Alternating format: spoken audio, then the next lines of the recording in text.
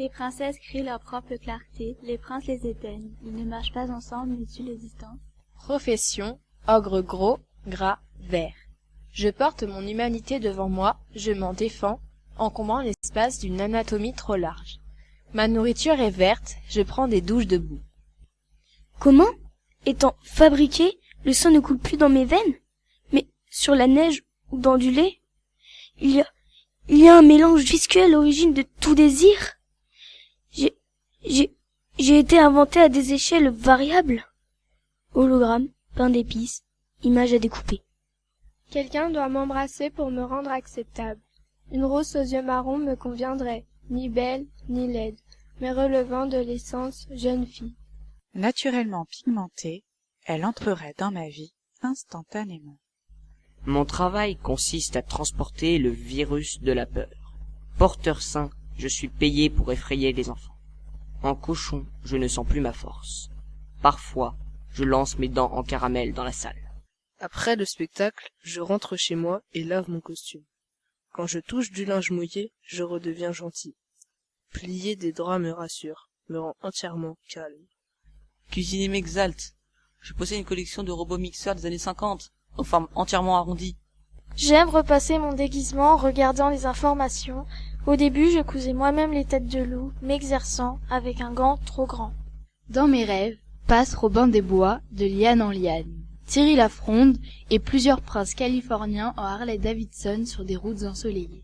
Quand j'étais petit, on m'appelait la brebis à cause de mes pulls tricotés au point de mousse. La brebis est le spécimen le plus absurde de la création. Elle ne sait plus l'après-midi ce qu'elle a brouté le matin.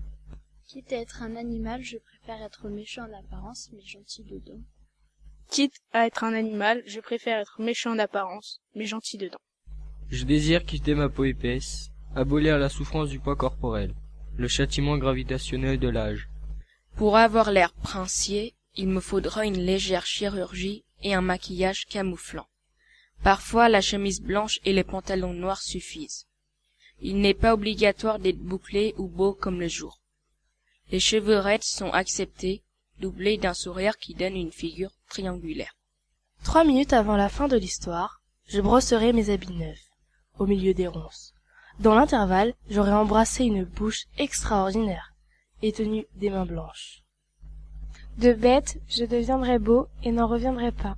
Si c'est la belle qui devient monstre à la tombée de la nuit, je me forcerai à l'aimer, même si le miroir ne renvoie que des morceaux de blonde, traces de baisers fumants. En forêt, une sorte d'angoisse m'étreint. L'horizon aussi me fait peur, une étendue toute bleue avec rien dessus pour dessiner le paysage. Dès qu'un voilier passe ou que la tête d'un baigneur émerge, ça va mieux. Quand je me couche, je laisse allumer dans toutes les pièces. Au lit, je garde ma barbe, mais c'est inconfortable pour changer de position. En fermant les yeux, je revois les petits visages du premier rang, particulièrement paisibles. Si je rentre tard, je mange avec goinfrerie devant la télévision. Il m'arrive de zapper sur Babar, à la tête d'une famille très unie, au milieu des blagues qui explosent à chaque repas et cirer des enfants qui s'égouttent dans l'entrée. Chaque soir, j'interroge mon miroir. Souvent, Blanche-Neige fait une apparition tricolore, puis c'est le tour d'une Barbie aux lunettes délirantes en lycra. Et broche en toque. Elles ne sont pas payées. Elles viennent, c'est tout. Au milieu de mannequins et de gens très connus, jupe trapèze, Catherine Deneuve, col roulé moulant. Une batterie de princes se bat pour figurer au premier plan. Des spécimens en blouson et boutes lacées jusqu'aux genoux. Observer le miroir m'épuise, me frustre de quelque chose. S'il s'allume en pleine nuit, cela provoque un clignotant irritant. Des membres bougent à l'intérieur, mêlés à des petits cris étouffés. J'essaie de me rendormir en évacuant mon oxygène. Certains jours, je me sens totalement modifiée, en pelure de peau d'âne, avec la voix de Jean Marais, répondant à des questions stupides. Qui a servi de modèle à la Belle au bois dormant? Pourquoi les nains persistent-ils à régresser? Parfois, les questions font place à l'image d'une princesse endormie dans sa chevelure ondulante, n'ayant misé sur aucun effet. Peut-être attend-elle simplement sur un petit banc au milieu des fleurs de la tranquillité. Si je prononce princesse, j'obtiens toute la gamme des blondes de Lolita à L'Oréal. Toutes, elles apparaissaient simultanément. Les belles-mères en même temps que les mères belles, encore minces malgré leurs grossesses multiples. Certaines s'ennuient à apparaître tout le temps, provoquant une buée infernale sur le verre dépoli. Une chose m'obsède. Pourquoi la belle au bois dormant ne réagit-elle pas aux ultraviolets? J'entonne tous les bateaux, tous les oiseaux, mais elle persiste à prolonger son coma, le visage détaché de la robe, sans froufrou ni os cliquetant. J'exerce mon reflet à dire. Qui suis-je? Ouh, mes dents. Affublé d'une tête de mort, j'improvise en brouillant le vitrage transparent et doré. Comment dépasser le stade de la figuration? Être autre chose que la doublure du loup. Si je prononce trop fort le mot Blanche-Neige, une étendue décevante se déploie, avec toute la gamme de noir à l'écran. Qui aujourd'hui voudrait ressembler à un prince qui se forcerait à mimer un charme désuet, réactiver une panoplie, chemise bleu ciel assortie aux yeux. Que signifie trouver le bonheur pour l'éternité? Sinon, chuter dans l'ordinaire et finalement une mort durable. Les démarches pour être heureux comprennent les fêtes. N'oubliez aucun invité. Les naissances et les superstitions sur les têtes de nouveau-nés. Dans le rôle de la bête, je me sens bien. Pourquoi attendre les baisers comme un déclic, une greffe, une partie manquante? Jamais je ne m'allongerai frissonnant parmi des toiles d'araignée. Les enfants auxquels je m'adresse ne sont pas des demi-adultes. Ils marient les fées à des hommes moyens et les princes à des petites femmes. M'impose fantaisie et dissymétrie. Avec le même début d'histoire, encore et encore, ils inventent leur propre fin. Ce qui s'imprime d'un côté du cerveau se décolle de l'autre. Une gamme infinie de jeunes filles peut s'accoupler à un réseau indéterminé de jeunes gens. Cela donnera une progéniture marquée de gènes contrefaits, dans la goutte de sang que le fuseau aura fait couler. Les visages purs seront toujours repeints de multiples couches. Nacre mêlée au rose coupé d'eau, veines transparentes, époux visible à l'intérieur. La pureté véritable sera mélangée. Le monde des fées est une drogue pure.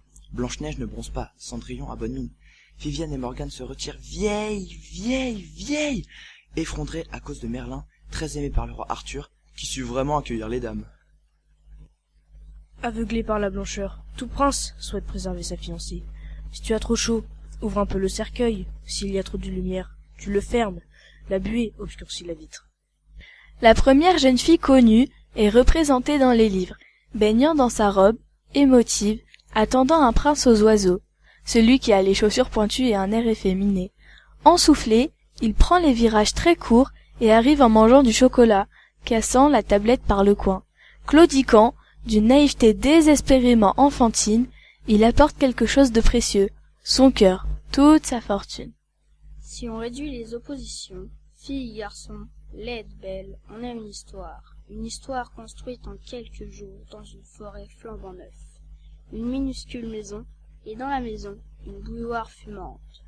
Un couteau planté dans le pain, 4 barbus entourent une fillette, les nains s'activent, coupent du bois, enfument la grange. Dans les miroirs déformants, la fillette a l'air aspirée. Dans les embellissants, elle se nomme Toute Belle ou Blancaflore. Toute Belle se voit déjà femme un jour de Sainte Catherine, traînant dans les célibats long de 25 ans. On l'avait prévenue. Jeune fille, ne sortez pas seule le soir.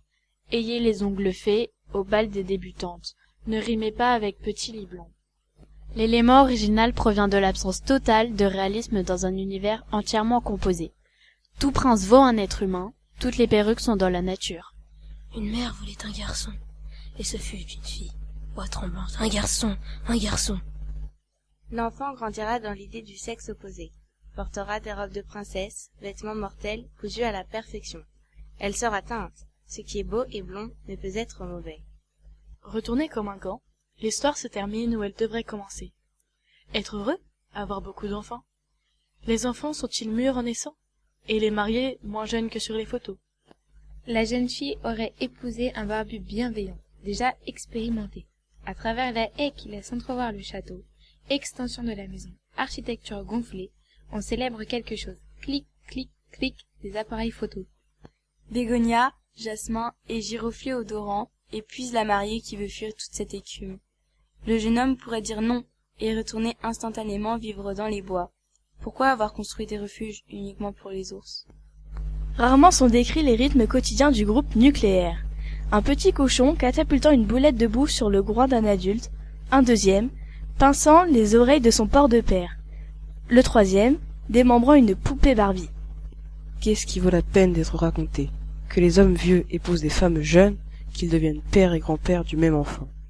Qu'est-ce qui vient après la formule furent heureux? La maison s'anime à partir de 3 enfants. À la naissance du premier, tout le monde attendait le deuxième. Nous allons avoir un enfant et après tout ira mieux, dit la jeune fille déçue par son fiancé. On ne pense pas au destin des femmes stériles, ni aux mères célibataires, ou aux veufs rabougris. Pour être heureux, soyez plusieurs. Matin d'été, cris d'oiseaux, fenêtres ouvertes, le bonheur déborde. C'est presque une publicité. La mère demande à sa fille si elle se sent bien, laquelle répond « presque morte » et remonte ses draps. Les reines couvrent tellement les princesses que cela provoque des jeunes filles trop indépendantes. Les mères, pubères, ont été fillettes dans des chambres bien rangées, ont écouté Léonard Cohen et porté des barrettes. La beauté a duré pour que les garçons crient à travers les branches d'un chêne « Pile sur la blonde !» Les poils poussent entre 13 ans et 14 ans. La voix mue dans un corps plus long que viril. Une tête d'enfant à l'extrémité. C'est en grandissant que je me suis senti ogre et hors corps, en accord total avec ma vocation.